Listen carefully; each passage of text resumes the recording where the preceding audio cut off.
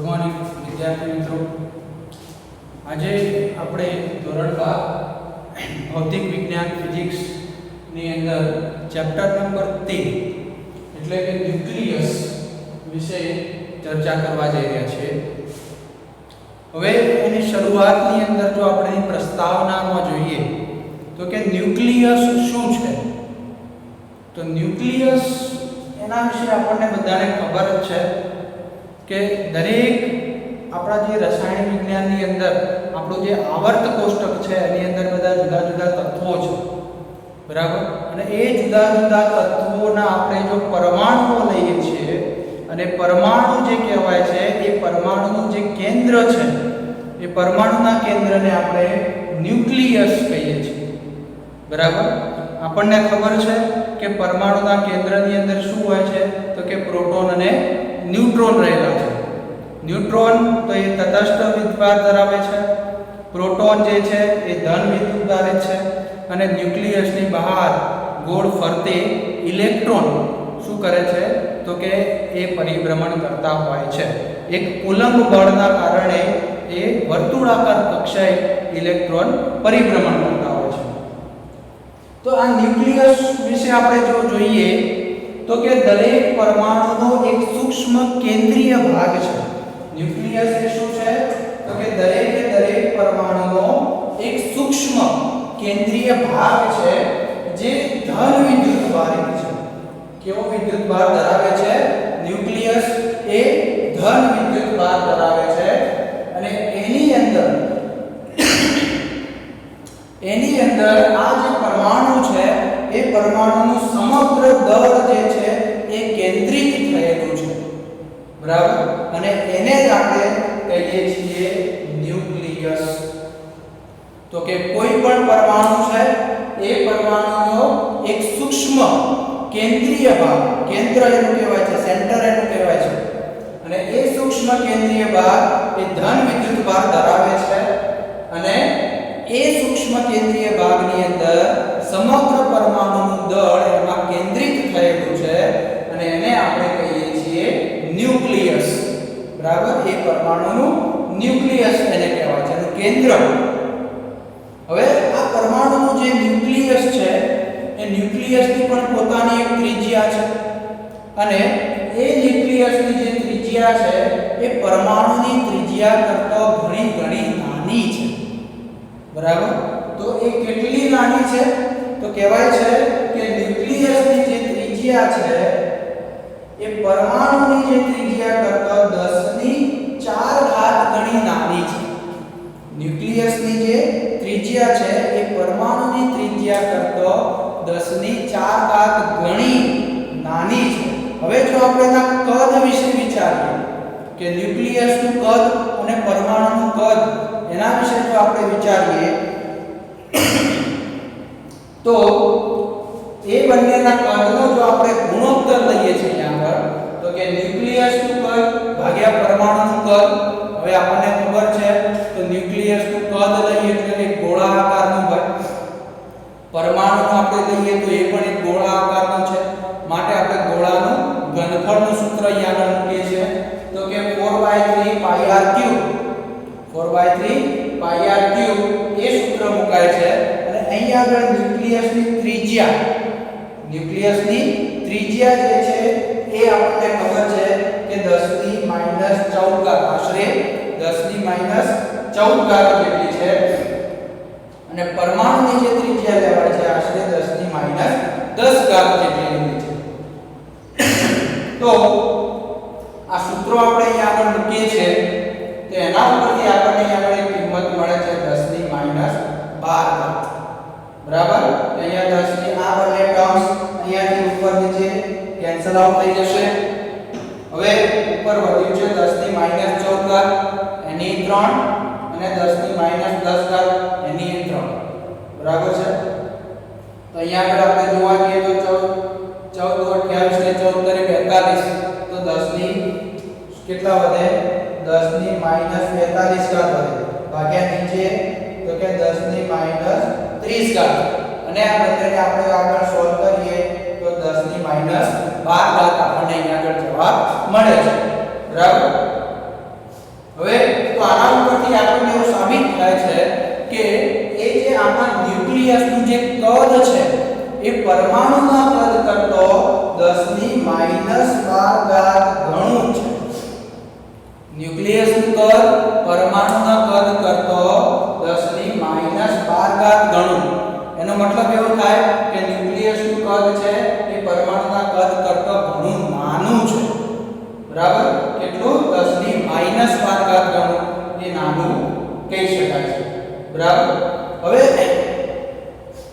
આ ન્યુક્લિયસ આટલો જ નાનો હોય છે એવું આપણે કહીએ છીએ કે ખૂબ જ સૂક્ષ્મ છે ન્યુક્લિયસ. તેમ છતાં પણ પરમાણુનું સમગ્ર જે દળ છે મોટે ભાગે એ પરમાણુનું લગભગ આપણે 99.9% કહી શકાય.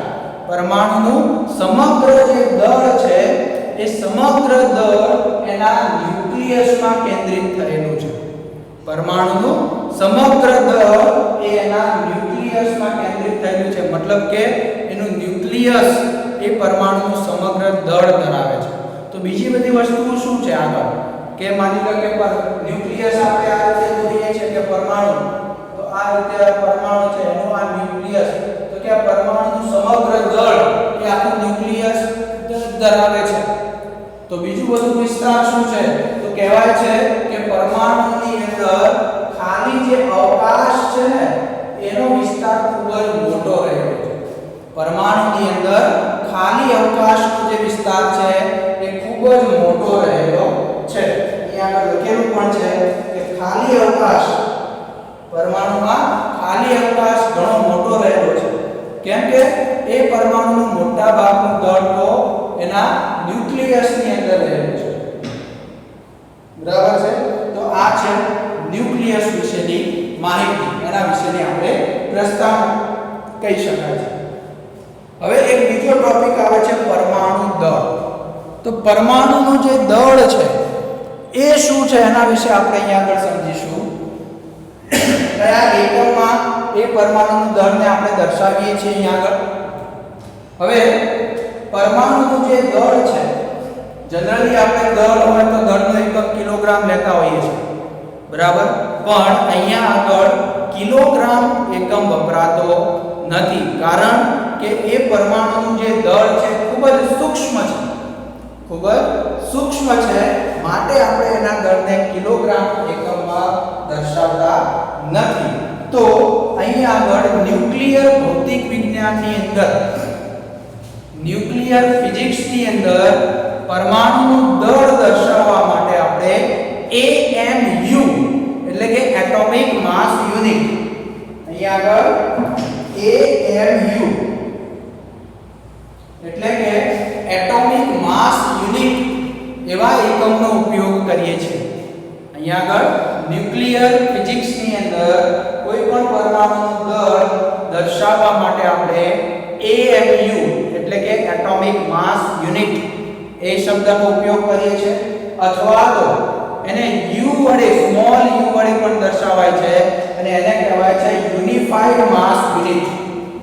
સ્મોલ u વડે પણ આપણે એને દર્શાવીએ છીએ અને એને આપણે કહીએ છીએ યુનિફાઈડ માસ યુનિટ. બરાબર? તો ફરી એકવાર રિપીટ કરું છું કે ન્યુક્લિયર ફિઝિક્સની અંદર પરમાણુનું દળ એને દર્શાવવા માટે આપણે કાં તો AMU એટલે કે એટોમિક માસ યુનિટ અથવા તો ખાલી સ્મોલ u એટલે કે યુનિફાઈડ માસ યુનિટ એનો આપણે ઉપયોગ કરીએ છીએ. હવે આ એક AMU અથવા તો એક u એની જો વ્યાખ્યા આપણે જોઈએ અહીંયા આગળ તો કે અનુત્તેજિત એવા, એટલે કે ઉત્તેજિત થયેલો નથી એવા કાર્બનની વાત કરે છે કે અનુત્તેજિત એવા કાર્બન પરમાણુના દળના 12મા ભાગને, અનુત્તેજિત એવા કાર્બન પરમાણુ દળના 12મા ભાગને એક AMU અથવા તો એક u કહે છે. બરાબર? એટલે કે કાર્બન પરમાણુ જે છે એનું દળ એનો 12મો ભાગ એને આપણે અહીંયા આગળ એક AMU અથવા તો એક u કહીએ છીએ. તો ચલો અહીંયા આગળ આપણને કાર્બન પરમાણુનું દળ આપેલું છે 1.992647 × 10⁻⁻26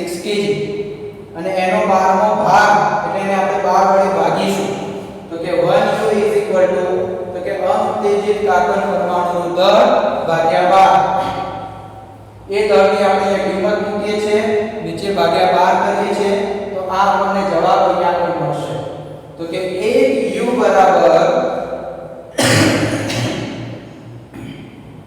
1 U બરાબર 1.66 ગુણ્યા 10 ની -27 ઘાત kg થશે બરાબર જો આપણે kg ની અંદર લેવું હોય તો આ વસ્તુ યાદ રાખવાની છે કે ઘણીવાર તમને kg માં રકમ આપેલી હોય કિંમત આપેલી હોય અને તમારે એને u માં અથવા ANU માં કન્વર્ટ કરવી પડે બરાબર અને ઘણીવાર તમને u માં આપ્યું હોય તો એને kg માં કન્વર્ટ કરવાની જરૂર પડી શકે છે તો આ કિંમત યાદ રાખવાની કે 1 u બરાબર 1.66 * 10⁻27 kg બરાબર બીજી એક ખાસ વસ્તુ એક ઇમ્પોર્ટન્ટ છે કે પરમાણુ દળોનું જે ચોકસાઈપૂર્વક માપન છે પરમાણુ દળોનું ચોકસાઈપૂર્વકનું જે માપન છે એ માસ સ્પેક્ટ્રોમીટર દ્વારા થાય છે પરમાણુ દળોનું ચોકસાઈપૂર્વકનું જે માપન છે એ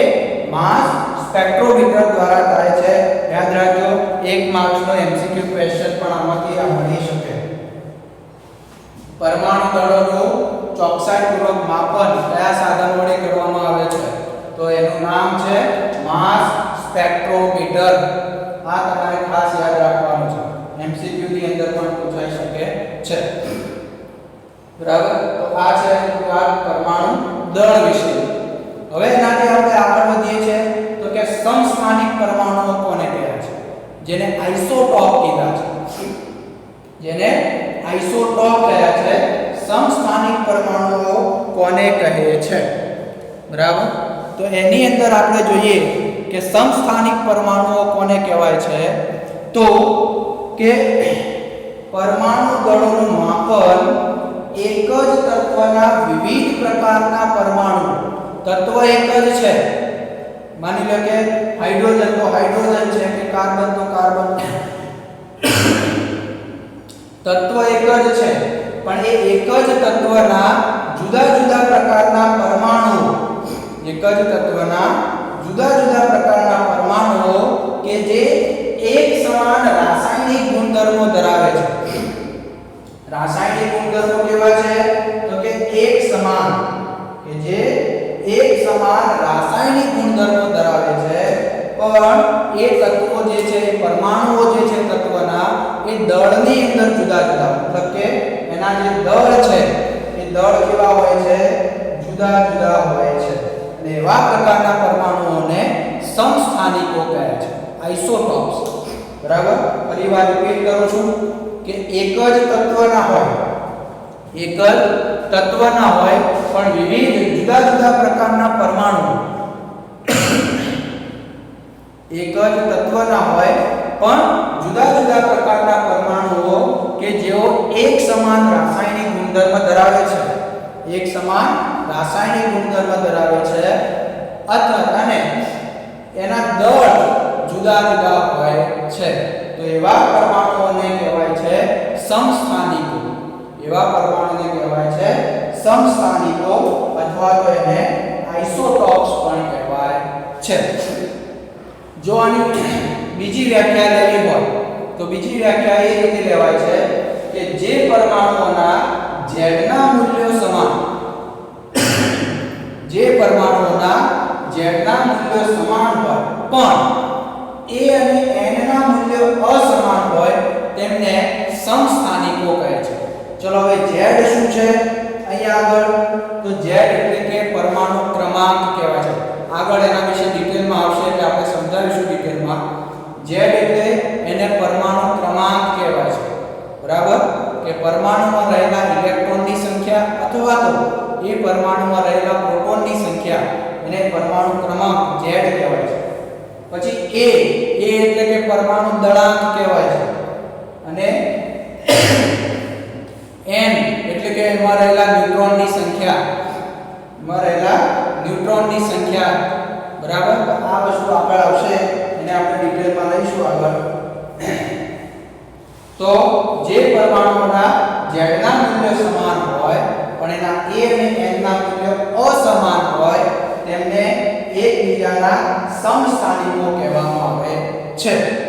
બરાબર.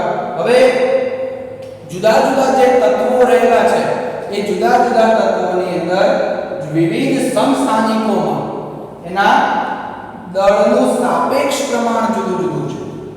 જુદા જુદા તત્વોની અંદર જુદા જુદા સમસ્થાનિકોમાં એના દળનું સાપેક્ષ પ્રમાણ જુદું છે.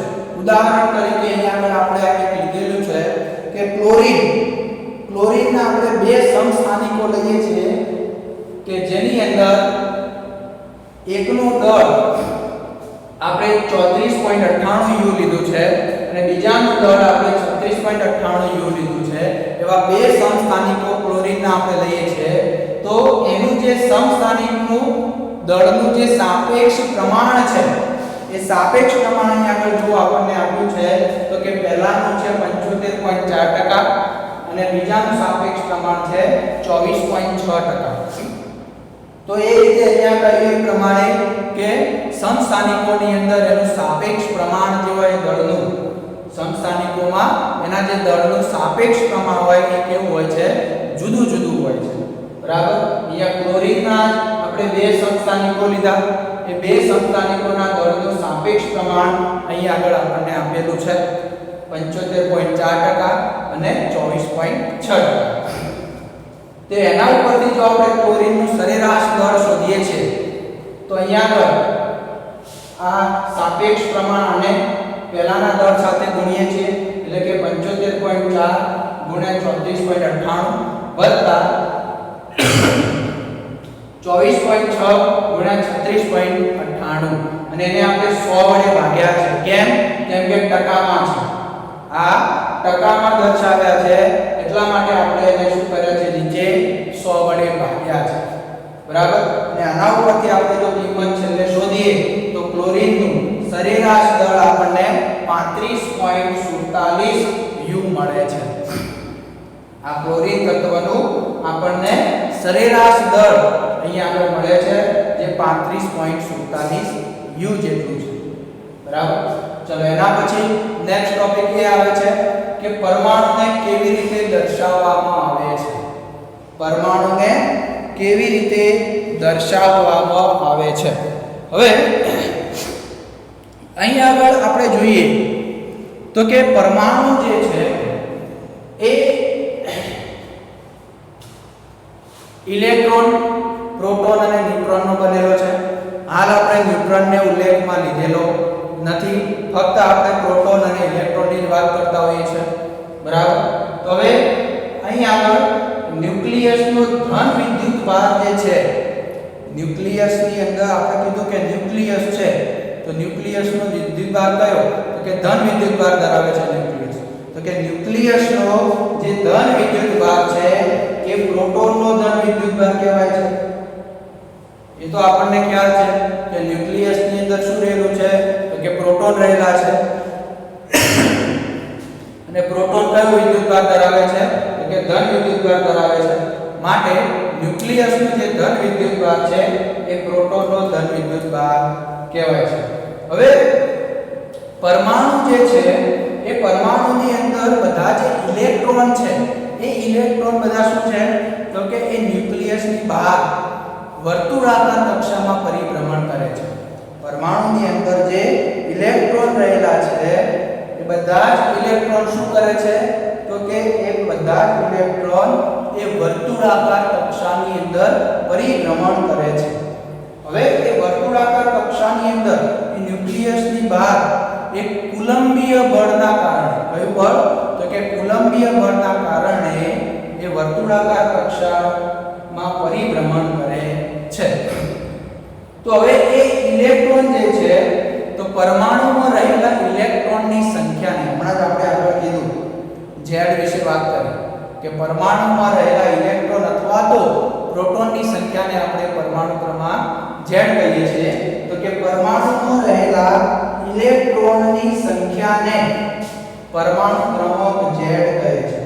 પરમાણુમાં રહેલા ઇલેક્ટ્રોનની સંખ્યાને એ પરમાણુ ક્રમાંક Z કહે છે. અહીંયા આગળ પરમાણુના જે ઇલેક્ટ્રોન છે એનો વિદ્યુત ભાર આપણને ખબર છે માઈનસ છે માટે આપણે એને -Ze કહ્યું છે. Ze કહ્યું છે. જો એ જ રીતે આપણે ન્યુક્લિયસની વાત કરીએ તો ન્યુક્લિયસ એટલે કે ન્યુક્લિયસની અંદર પ્રોટોન છે અને એ પ્રોટોન ધન વિદ્યુતભાર ધરાવે છે, બરાબર. તો ન્યુક્લિયસમાં રહેલા પ્રોટોનની સંખ્યાને પણ આપણે પરમાણુ ક્રમાંક Z કહીએ છીએ.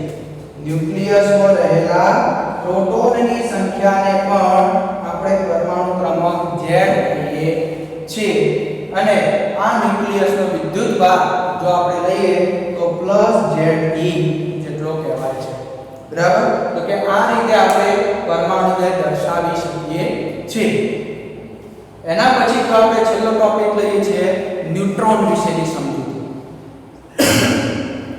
તો કે ન્યુટ્રોનની શોધ કેવી રીતે થઈ હતી? ન્યુટ્રોનની શોધ કેવી રીતે થઈ હતી? તો કે ઈસવીસન 1932 ની અંદર જેમ્સ ચેડવિક નામના વૈજ્ઞાનિકે અધિતર્ક આપ્યું. ઈસવીસન 1932 માં જેમ્સ ચેડવિક નામના વૈજ્ઞાનિકે એક એવું અધિતર્ક આપ્યું કે પરમાણુના ન્યુક્લિયસની અંદર પ્રોટોન ઉપરાંત પરમાણુના ન્યુક્લિયસની અંદર પ્રોટોન ઉપરાંત એક એવું તટસ્થ દ્રવ્યમાન રહેલું છે.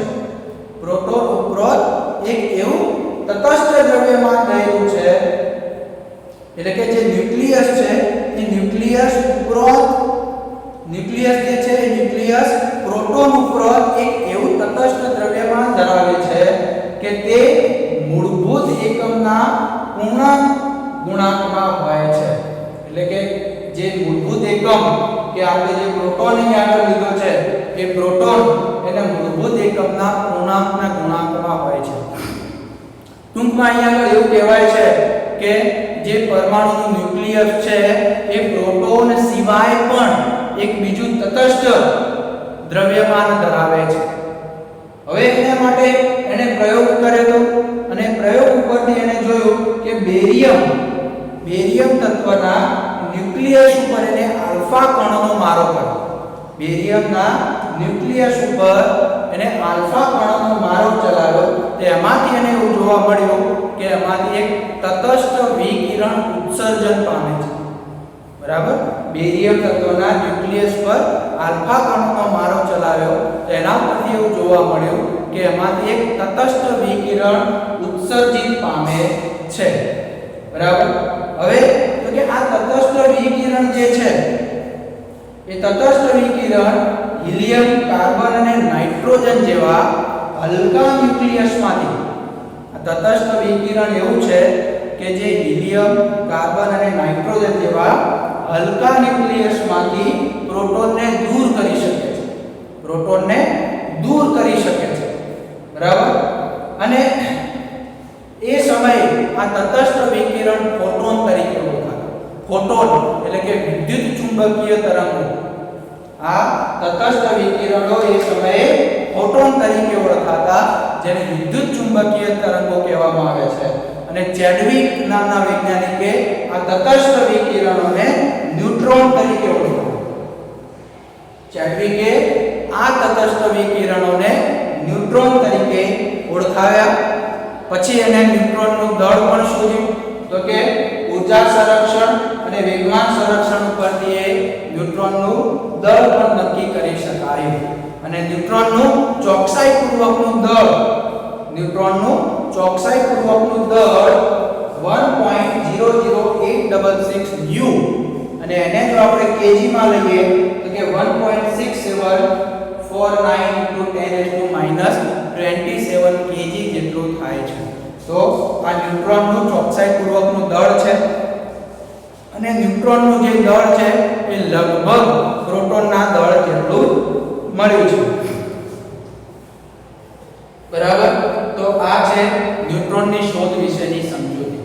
તો ચેડવિક નામના વૈજ્ઞાનિકે સૌપ્રથમ ન્યુટ્રોનની શોધ કરી હતી, બરાબર. તો કે અહીંયા આ ચેપ્ટરની અંદર આપણે અહીંયા સુધી રાખીએ છીએ.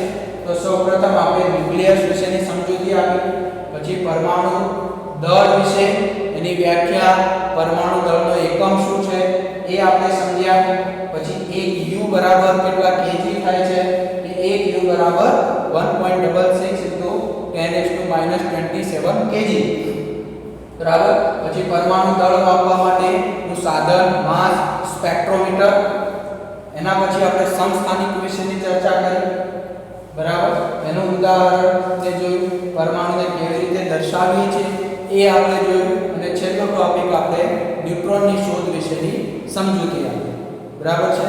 તો આજના આ લેક્ચરની અંદર આપણે અહીંયા સુધી રાખીએ છીએ.